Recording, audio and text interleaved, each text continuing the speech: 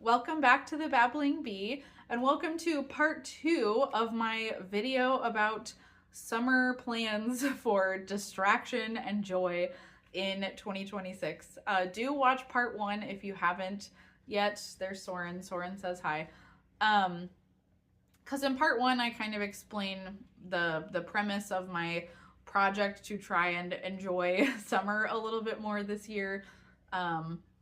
And I show you my summer bingo board that I made and some books and stuff. So in this one, in part 2, we are going to focus on some summery movies that I might want to watch, and summer cookbooks, and then just general like games and stuff for distraction. So yeah, this is a follow-on video from part 1. As I said, I'm not the girl for summer. Summer is not the one for me, but I'm trying to enjoy it as much as I can. And then when I can't, I'm trying to just surround myself with things that will give me some distraction and escape. So the mood is relaxation, mood reading really transporting, distracting and engrossing books, and just doing nice activities so I can not think about how freaking hot it is outside, maybe as much. So, let's do games first. So basically, my plan for summer is just to play Stardew Valley on the Switch while listening to audiobooks, which I have discovered this year. That's a new hobby for me. I've played Stardew Valley for a number of years now. I play it very slowly and ineptly, as I do all video games, but yeah, I really like Stardew Valley, and this year I discovered that I enjoy playing it on the Nintendo Switch, and that I can play it while listening to audiobooks with my headphones, and that is just a very excellent and relaxing combo. So most certainly planning on doing that this summer. I also would really like to get Tales of the Shire, the Hobbit, Lord of the Rings game, on Switch. I'm gonna wait to do that until it goes on sale, because technically I already own it on my husband's PS5 account because he got it for me on there. But now that I know that I like playing things on the Switch, I do want to get that for the Switch at some point, but we're gonna wait till it goes on sale.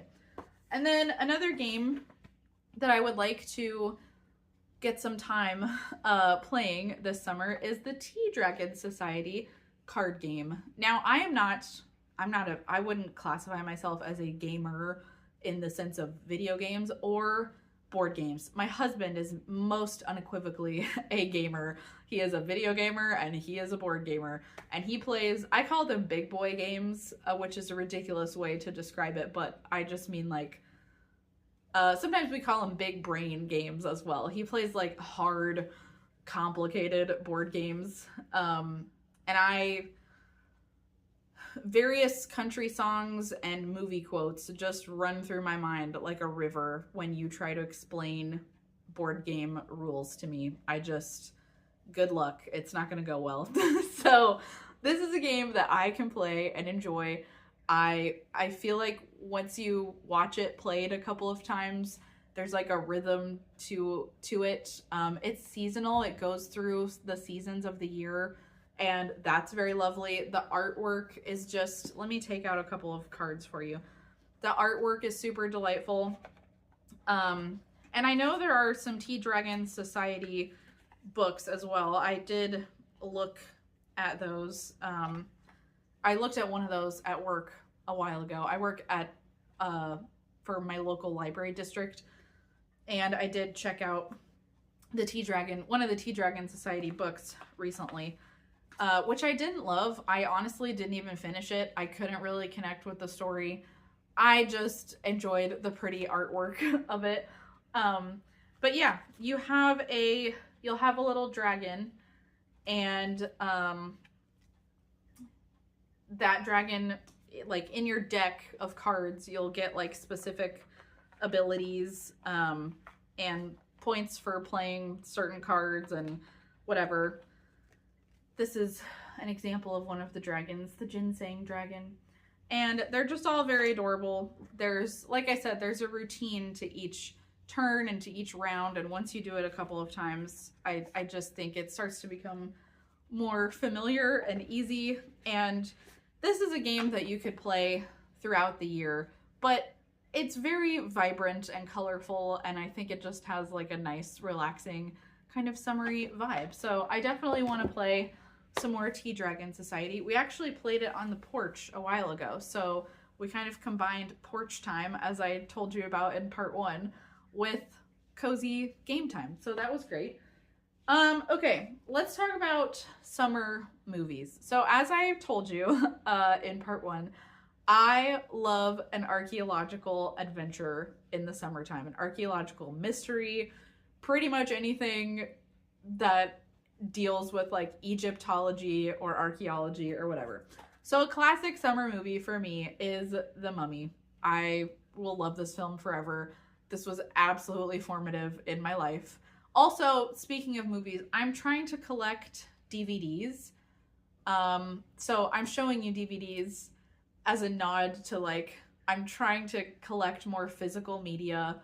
And I'm looking right now at our little shelf of DVDs, and it's so nice and like homey and comforting to see them all there in like a little DVD library. So I love that I have this on DVD, and same with all my summer movie picks. A lot of these are thrifted, so there's gonna be like stickers on some of them, like in this one. This is my used like DVD store copy of Fried Green Tomatoes. This is a wonderful, wonderful film. It's definitely got some sad stuff in it, some hard to watch stuff in it. Look up trigger warnings before you watch it. I have never read this book. Isn't that by Fanny Flagg? I think it is. And I've never read the book, but I've watched the film several times, and it just has that like moody Southern summer nostalgia to it. And Mary Stuart Masterson is just such an incredible actress. So, and she's not the only great actress in this film. It's just very well acted throughout. So I don't necessarily watch this every summer. I have to be in a very specific mood for it because, like I said, it is sad. It's kind of like Steel Magnolias, which is another one of my summer movies, actually. I should have got that one out to show you. But I have kind of built up a resistance to Steel Magnolias at this point. Like, I can watch it without falling apart and sobbing, but I had to watch it like 10 times before I could get to that point. So not quite there with Fried Green Tomatoes. It's got some intense stuff in it, so I can't watch it all the time, but it is a great classic summer movie. And then Kikis Delivery Service. So wonderful. I'm sure you probably know about most of these movies already, but I'm just showing you what I like to watch in the summer and movies that help me feel transported, distracted, and just very entertained. So I love Kikis, and I love The Secret World of Arrietty as well. That's another Studio Ghibli film that is just absolutely gorgeous. It's just a work of art. And I think Arrietty and this one are both wonderful for the summertime. Although, if I'm being honest, I watch Kiki's Delivery Service just whenever throughout the year. Hope Floats is another one of my favorite summer films. I love like a good nostalgic 90s movie in the summertime. Like Runaway Bride is another one. Hope Floats, however, I would not describe, like Runaway Bride is definitely a romantic comedy. This is not. I would not describe this as strictly a romantic comedy.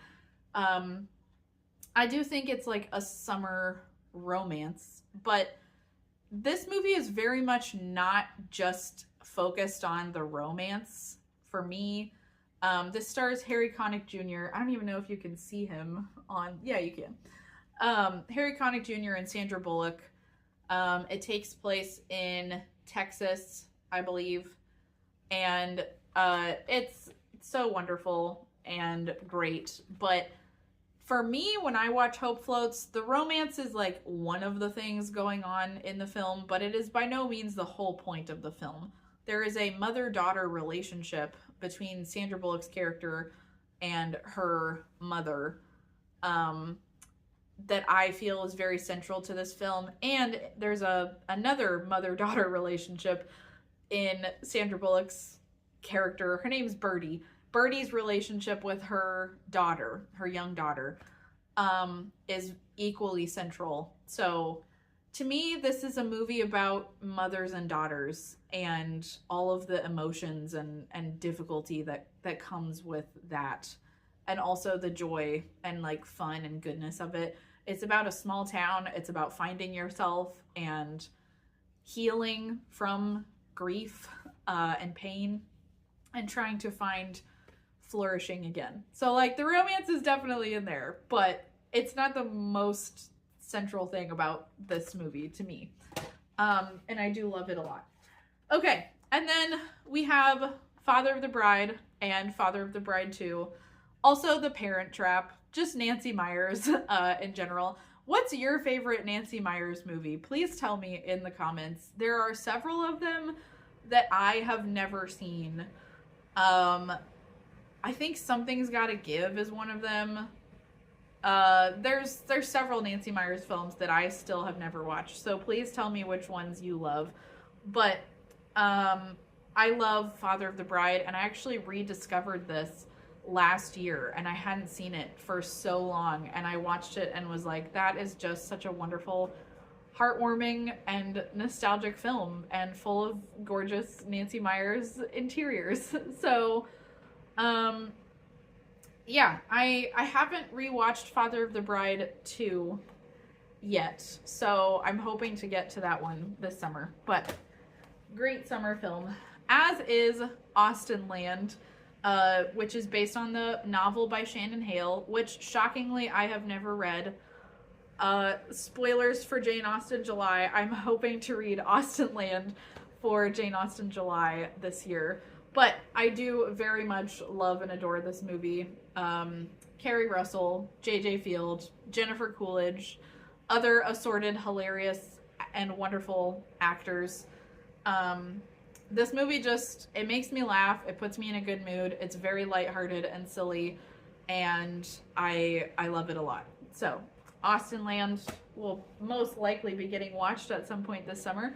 And then Rear Window, as I mentioned in part 1 of this video, I don't have that on DVD. I need to get it. But Rear Window with Jimmy Stewart will definitely be getting watched this summer as well. And then Ladies in Lavender.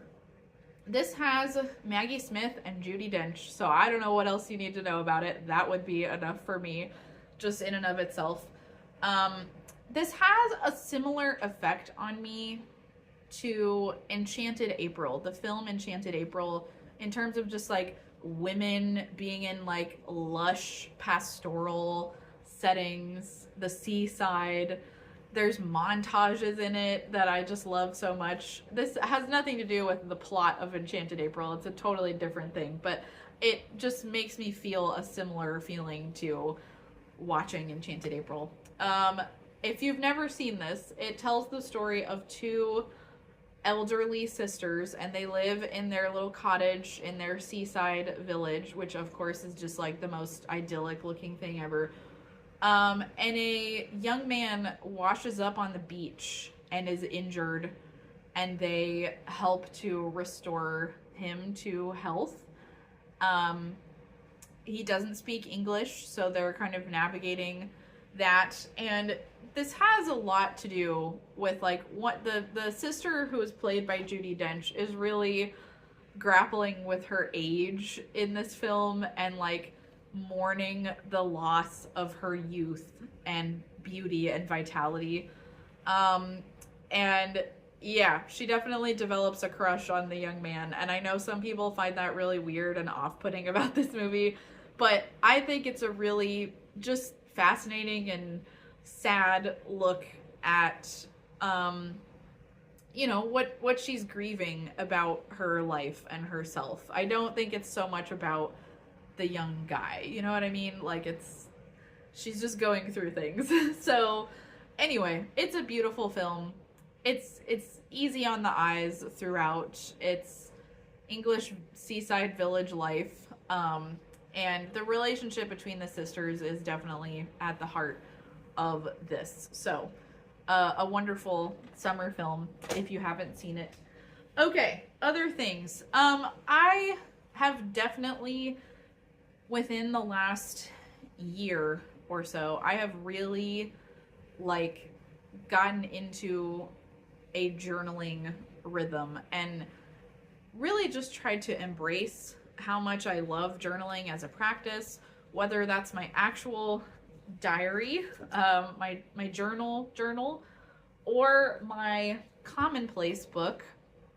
And I've just really been investing in these hobbies over the last year and really enjoying it. I think it might wane a little bit in the summer. I'm going to be very relaxed about it, and I'm not putting any pressure on myself to add stuff to my commonplace book or journal like intensely. If I get really just worn out and exhausted by about halfway through summer, I will literally just be like trying to distract myself with movies and reading, and you know, this does require an intentionality and some brain power, but I have really found it very rewarding. I've been watching a ton of Ruby Granger videos over the last year, because I think she so wonderfully embraces the love for paper and pens and writing things down, and I find that very inspiring. So I have my journals here, and I have my sticker books. So this is one of my ephemera and sticker books. This is a cottagecore one. This one is very well thumbed through at this point. I've used a lot of stickers out of here already. But yeah, I like to add stickers to my regular journal at this point. I will add them to my commonplace book, to my planner. I mean, I kind of just don't really discriminate with where I put these. I just find it adds a lovely like texture and visual experience to looking back through your journals, when you can look back and see like the ink of your words that you wrote, but then also stickers and like little doodles and stuff.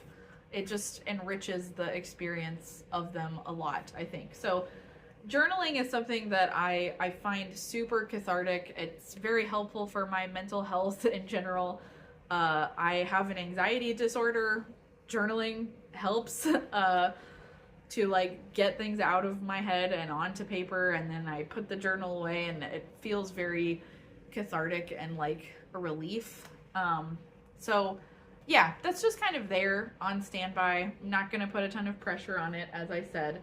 But I'm looking forward to maybe having some porch journaling time this summer, which I've already done in the spring, and it has been very lovely.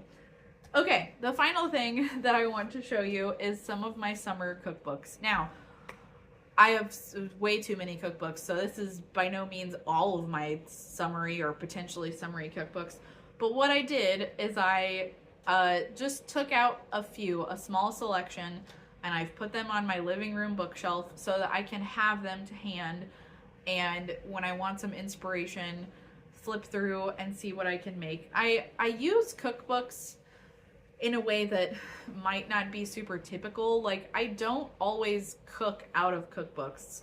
I read cookbooks, though, very voraciously, as though they are novels. Like, if I get a new Ina Garten cookbook, such as the one that I'm about to show you, I will just sit and read through the entire thing on the couch, and it is just bliss. So I kind of use them for like, they're a form of reading that I really enjoy, for one thing. But then I will just flip through my cookbooks and get ideas about stuff, and I'll be like, oh yeah, I want to make chicken salad, or I want to make Greek chicken or something. Like, I don't necessarily always use a full-on recipe from my cookbooks, but they are a huge part of my reading life, my daily life. I derive a lot of joy and pleasure from them. So this is my latest Ina Garten acquirement. Is that a word? This is Go To Dinners by Ina Garten, and I got this at the library book sale, which was a great find. It was $5. So I was thrilled to get it, and definitely some lovely summery things in here. Oh, making summer drinks, like nice, refreshing summer drinks, is another thing on my list of like coping tools. So there's a pomegranate spritzer recipe in here, which looks very delightful. And when I say drinks, I mean like 80% non-alcoholic drinks and maybe 20% cocktails. Mostly just anything refreshing that I can keep in the fridge, like infused water, iced tea and lemonade, all that sort of stuff. Like just having nice chilled drinks really adds to your quality of life in the summertime. So this is one of my newest cookbooks in my life, and I hope I will make a few things from there this summer. And then the Great and Perfect Nigella. This is Nigella Fresh. I got this on Thrift Books many years ago, and it is it's based on, well, I don't know, it's not based on the series. Her series Forever Summer was derived from this cookbook, I believe.